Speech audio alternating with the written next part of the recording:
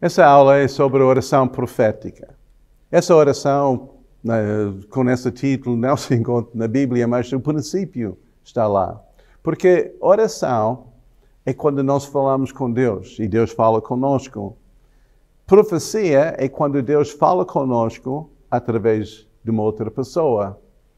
Então, essa profecia, né, tem uma certa ligação com o tempo de oração. Eu quero que nós lemos em Jeremias 27.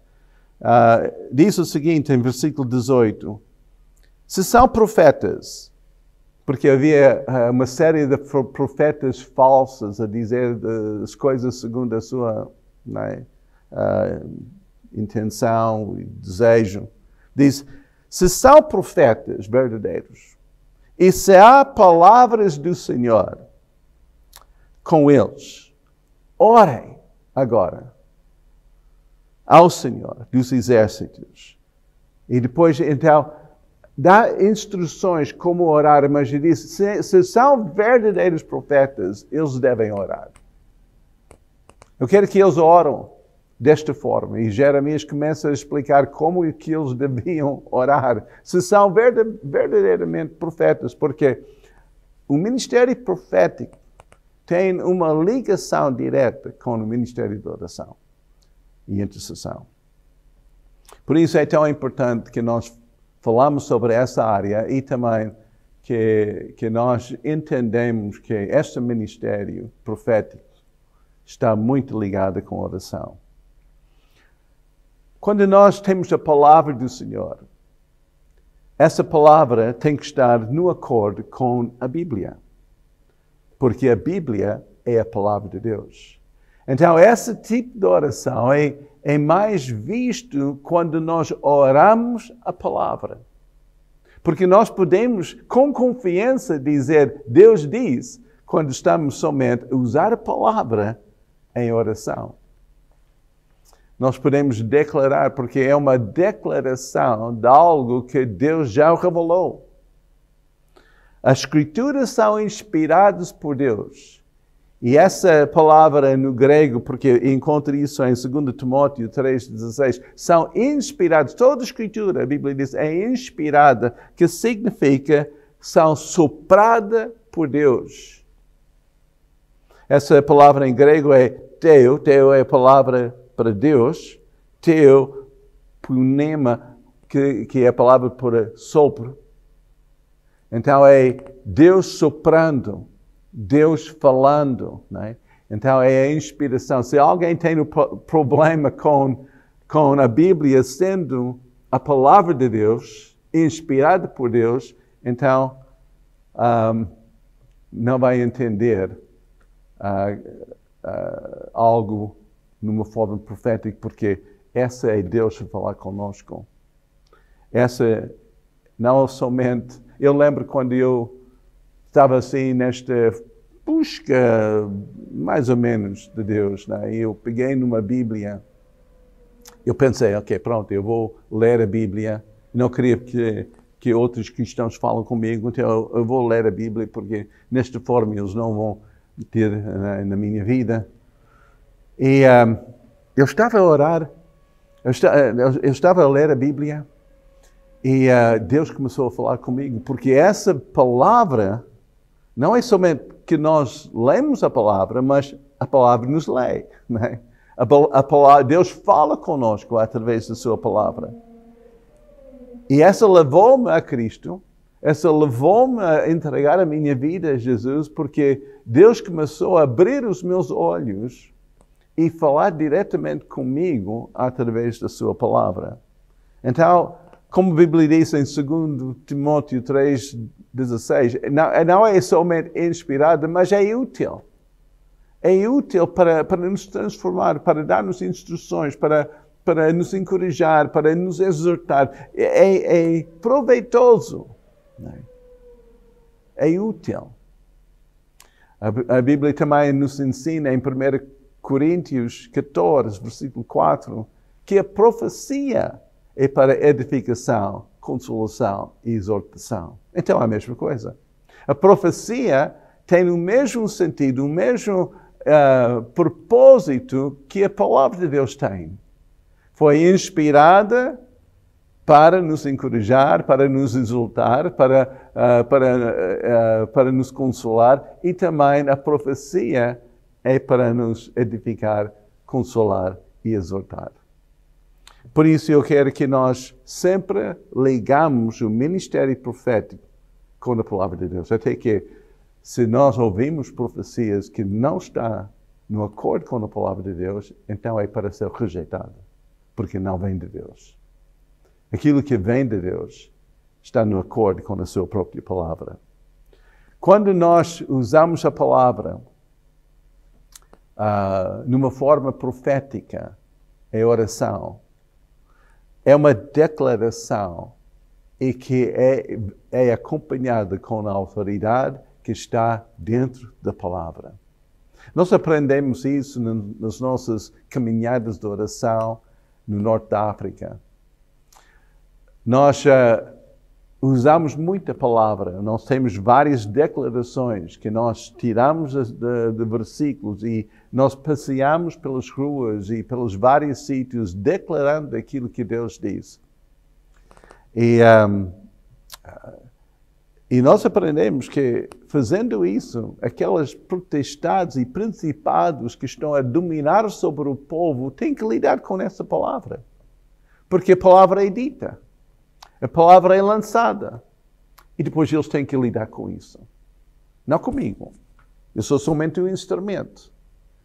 Mas a palavra confronta o inimigo. Isso aconteceu quando Jesus foi tentado pelo diabo. Ele não usou as suas palavras ou os seus achismos. Ele não diz, Satanás, eu acho que não é assim, tu deves, mas eu acho que é assim. Não. Ele somente diz, Satanás, está escrito, não só de pão viverá um homem, mas de cada palavra que sai da sua boca. Então, ele respondeu ao ataque e à tentação do diabo através da palavra de Deus. A palavra, quando nós oramos assim, de uma forma profética, usando a palavra, nós libertamos a autoridade que está dentro da palavra, que é a autoridade de Deus. É como que Deus está a falar. Então, essa forma de orar, e tu podes dizer, mas essa é mais para o diabo, mas como é possível fazer isso para Deus? Como é possível orar a Deus numa forma profética? Isaías também ensina, diz, Deus chega a Isaías e diz que lembra-me. Vamos entrar no debate. Lembra-me da minha palavra. Então nós falamos com Deus usando a sua palavra. Nós dizemos, Deus, tu dizeste na tua palavra, que a tua glória, o conhecimento da tua glória cobrirá a terra. Senhor, nós apresentamos isso perante ti. Faz segundo a tua palavra, Senhor. É a oração profética. Quando lembramos a Deus, quando confessamos as suas palavras a Deus. Eu acho que Deus está muito contente quando nós entramos neste debate, neste raciocínio, e que não tentamos usar as nossas próprias palavras, mas usamos as palavras dele. O testemunho de Jesus, a Bíblia diz em Apocalipse 19, versículo 10, é o espírito de profecia. Então, quando nós dizemos aquilo que Deus diz, mesmo no Novo Testamento, no ministério de Jesus, e citamos aquilo que Jesus diz, ou referimos sempre a Jesus, é aquele espírito de profecia. Também é uma salvaguarda para saber se nós estamos a profetizar bem, orar bem, só perguntando se essa representa bem Jesus. Se Jesus ia dizer isso, Jesus ia fazer desta forma. Porque às vezes nós podemos ficar muito duro, muito crítica. julgando, mesmo em oração, pessoas, sendo muito zangada com situações e com atitudes das pessoas. Temos que analisar como nós fazemos, como nós oramos e dizer, é o Espírito de Jesus aqui. Porque Jesus é amor. Essa é tão claro na Bíblia. Ele fala tanto sobre o amor. E nós temos que analisar também na nossa oração. É amoroso. Estamos a procurar o bem. Queremos cultivar e edificar as pessoas para subir. Ou estamos mais a tentar derrubar pessoas? Claro que pecado é terrível. E há pessoas muito usadas pelo inimigo. Mas mesmo assim, Deus ama a cada um.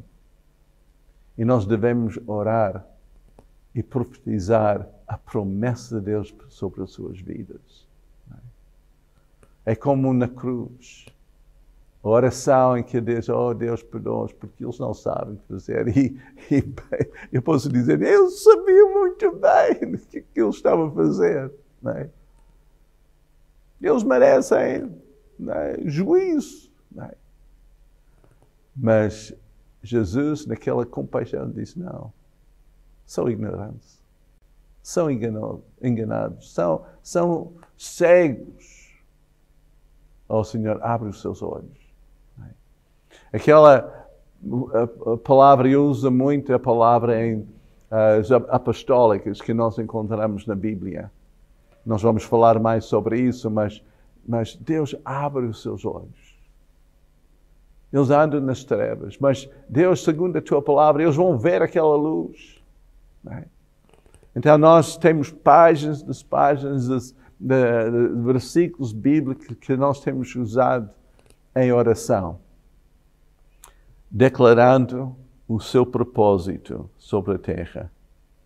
Temos que nos revestir de Jesus, não é?